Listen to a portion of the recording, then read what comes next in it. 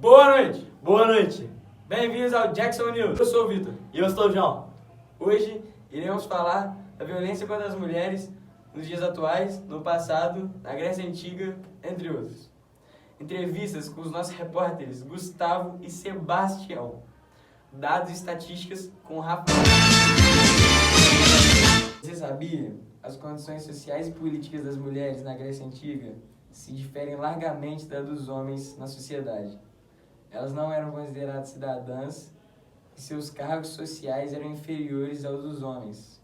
Porém, apesar da sociedade pensar dessa forma, alguns filósofos mostraram estar à frente de seu tempo e pensavam de maneira diferente, como Sócrates. Ele pensava que homens e mulheres tinham a mesma capacidade intelectual, ou seja, deveriam ter os mesmos direitos como cidadania. Na história, na segunda metade do século XVIII, com a Revolução Industrial, a absorção do trabalho feminino nas indústrias, a mão de obra barata inseriu definitivamente as mulheres na dinâmica produtiva. Elas passaram a ser obrigadas a trabalhar 17 horas de trabalho seguidas, em ruins condições, submetidas a espancamentos e humilhações, além de receber os salários 60% menores que o dos homens. Assim, nasceu a luta das mulheres por melhores condições de trabalho. Havia movimento de mulheres reivindicando direitos trabalhistas, igualdade de jornada de trabalho para homens e mulheres e direito a voto. Ao ser incorporado ao mundo do trabalho fabril, passou a ter uma dupla jornada de trabalho. A ela cabia cuidar da prole, dos afazeres domésticos e também do trabalho remunerado. Cada vez mais o corpo da mulher pertencia ao homem, seu marido e senhor. As mulheres começaram uma luta organizada em defesa de seus direitos. A luta das mulheres contra as formas de opressão a que eram submetidas foi denominada como feminismo. Agora, iremos mostrar entrevistas dos nossos repórteres. Boa noite. A gente está aqui com o Padre Cavada, ele vai nos dar uma opinião sobre como que está o cenário da violência contra a mulher no Brasil. Na minha opinião, é uma das maiores loucuras que existe no mundo. E vou explicar por quê. Que nós, que nos chamamos homens, somos mais ou menos, matematicamente não saberia dizer, mas vamos imaginar, 95% ou mais eu sou mulher. E você também. E você também que está ligado. E a mulher também é mais ou menos isso, 95% é homem. 95% é homem, todas as mulheres assim. Então, uma ofensa que eu faço a uma mulher, eu faço a 95% de mim mesmo.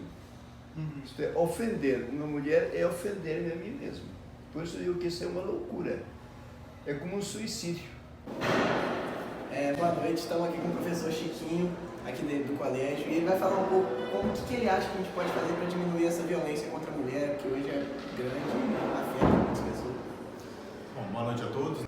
Entendo que as políticas públicas devem ser mais voltadas para a prevenção neste caso, né? A conscientização das pessoas, tanto homens quanto mulheres, né? A conscientização pelas mulheres dos seus direitos, né? A ampliação de delegacias para as mulheres, horário de atendimento e uma boa divulgação disso.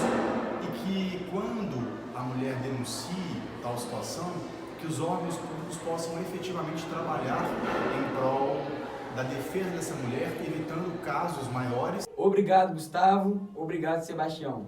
Na literatura brasileira, há vários registros de violência contra a mulher, onde a postura do agressor é representada como parte de uma cultura dominante.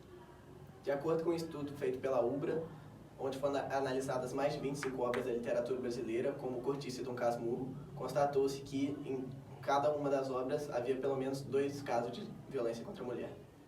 E o autor que mais retrata a violência contra a mulher na literatura brasileira é Jorge Amado, escrevendo principalmente sobre a violência doméstica. Na geografia, o IDH serve de parâmetro para aferir o índice de desenvolvimento de cada país, levando em conta os indicadores de educação, de longevidade e de renda individual. São 4 grupos de desenvolvimento humano: muito elevado, elevado, médio e baixo. Os grupos contam com as seguintes taxas de homicídio: 1,8 mortes no primeiro, 10,7 no segundo, 11,7 no terceiro e 13,9 no quarto. Esses números nos autorizam a estabelecer uma relação direta entre DH, desigualdades e homicídios, E agora, dados e gráficos de matemática e geografia com o Rafael. Boa noite, Vitor. Boa noite, João. Estou aqui com um gráfico onde apresenta a violência física por cônjuge ou namorado, onde de 2009 a 2016 cresceu de 4.339 para 33.961. Estupros por cônjuge ou namorado também cresceram entre 2009 e 2016, porém, teve uma época que diminuiu, mas voltou a crescer. No ambiente de trabalho, o assédio sexual por chefe também cresceu. Diminuiu em uma etapa, mas voltou a crescer e a tendência é continuar crescendo. A violência por arma de fogo contra a mulher praticamente quadruplicou na etapa de 2009 a 2016. Temos outro gráfico aqui com todos os estados brasileiros representados por uma cor, das taxas de feminicídio a cada 100 mil mulheres no Brasil. A cor mais predominante é a rosa, onde apresenta mais de 6,5. Também temos outras cores como azul, verde, amarelo, mas essas apresentam menos. A que mais está predominante é a rosa.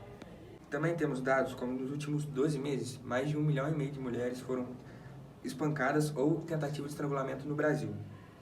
E também é importante falar que um erro gravíssimo das mulheres é que elas não denunciam. Mais de 52% das mulheres não denunciam todos os atentados. Também é importante ressaltar que mais de 40% das ocorrências ocorrem no ambiente de trabalho, seja por chefe ou por companheiro de trabalho.